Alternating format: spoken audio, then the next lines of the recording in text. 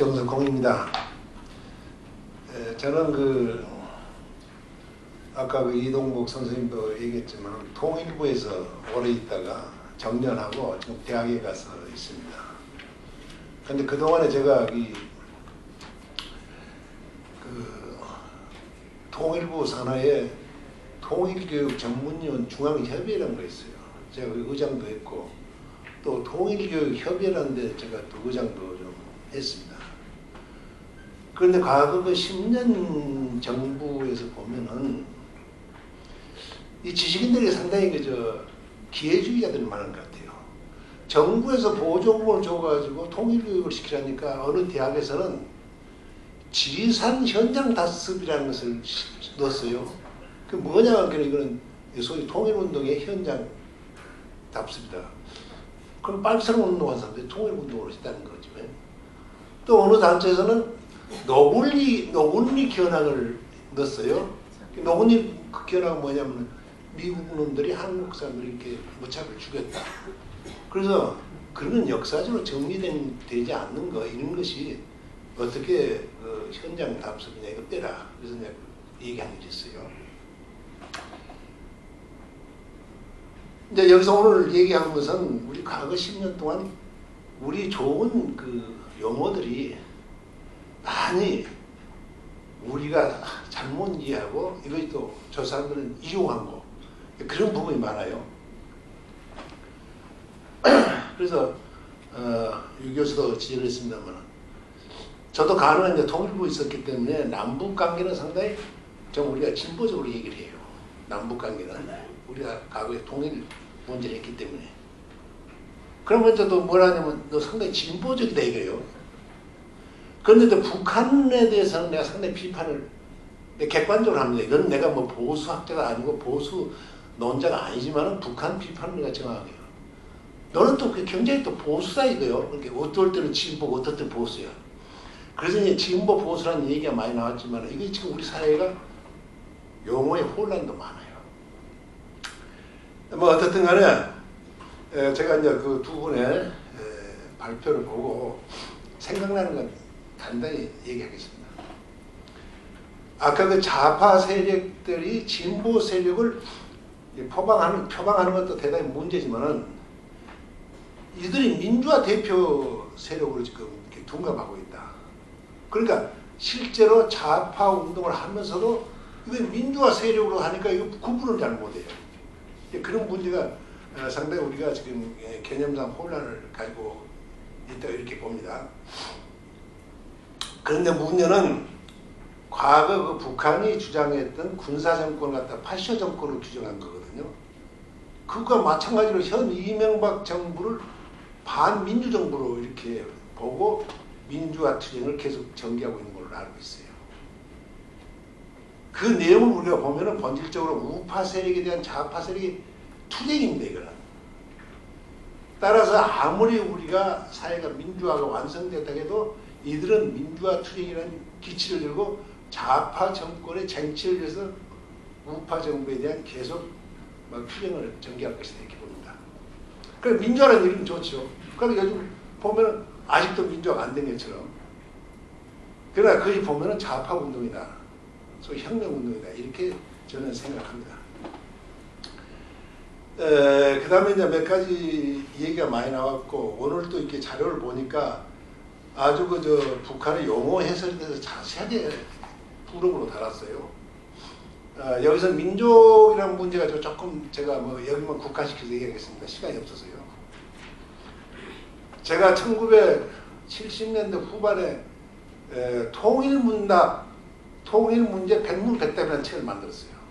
통일부에 있으면서 통일문제 100가지 질문에 100가지 답변을 했었는데 최근에 내가 이 북한 자료센터에 가보니까 2002년에 북한에서 통일문제 백문백답이라는 책이 나왔어요. 그런데 그걸 보고 그 책을 기준해서 제가 좀 말씀을 드립니다. 우선 이 한반도 통일 문제를 우리는 7천만 한민족의 통일, 즉 민족 통일이라고 하죠. 우리 조국 통일은 잘 안 해요. 민족 통일이라고 하죠. 그런데 북한은 국토 통일을 전제로 한 조국 통일이라는 말을 주로 쓰고 있습니다.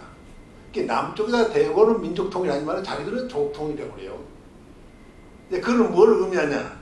아까도 지적들 못했습니다만은 민족주의, 민족이라는 걸 자체를 부정해요. 이거는 계급 노선에 어긋난 거거든요.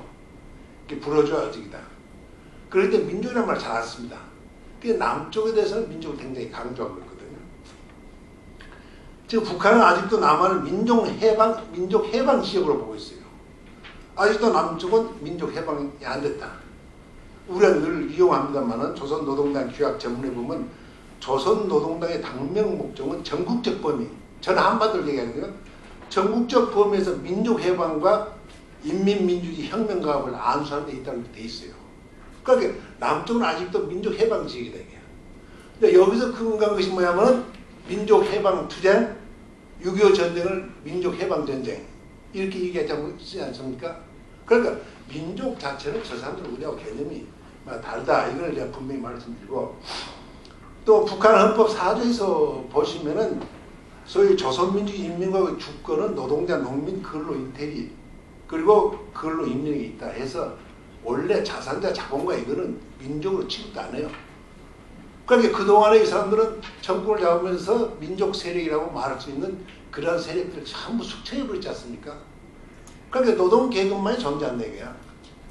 그러니까 아까도 얘기했지만 통일 문제를 얘기할 때는 북한의 소위 노동계급과 남쪽에서 자기들을 동조하는 세력 간에 하나의 전선을 형성해서 통일을 이루어간다. 그런 뜻이 돼 있거든요.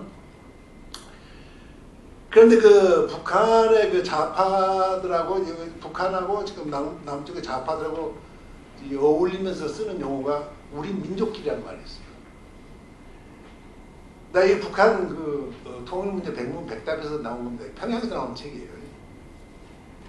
여기 보면은 지금 남북한의 좌파들이 통일의 상징적 용어로 이렇게 많이 이용하고 있습니다만은 민족 공조도 또 국제 공조의 반대 뜻이 아닙니다. 알고 보면 다른 의미를 가지고 있다. 이 북한에서 발행하는 우리 민족 제일주의와 조국 통일이라는 책이 있어요. 우리 민족 제일주의와 조국 통일. 아, 우리 민족 제일주의. 뭐 우리가 뭐 한글을 만들고 거북선을 만들어서 민족 제일주의가 아니거든요. 그런데 북한은 민족 제일주의라고 한단 말이죠. 그런데 이 책에서 보면 민족 공조는 우리 민족 제일주의를 구현하기 위한 실천 방법을 써요. 우리 민족 제일주의를 실천하기 위한, 구현하기 위한 실천 방법이다. 근데 그 다음에 또 보니까 우리 민족 제일주의는 뭐냐? 우리 민족이 제일이라는 것은 우선 위대한 수령님을 우리가 모시고 있다. 두 번째, 우리의 주체 사상. 세 번째, 우리의 군대. 그리고 우리의 소위 우리식 사회주의 제도. 이 네 가지를 가지고 있기 때문에 조선민족 제일주의를 한다. 그러니까 우리가 말하는 조선민족 제일주의 괜찮지 않냐, 이거 뭐 거북선도 만들고 말이야, 한글도 만들고 그런 뜻이 아니거든요.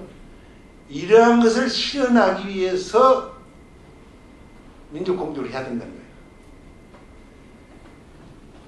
또 하나 지금 우리가 말하는 이 통일 세력과 반통일 세력도 그래요.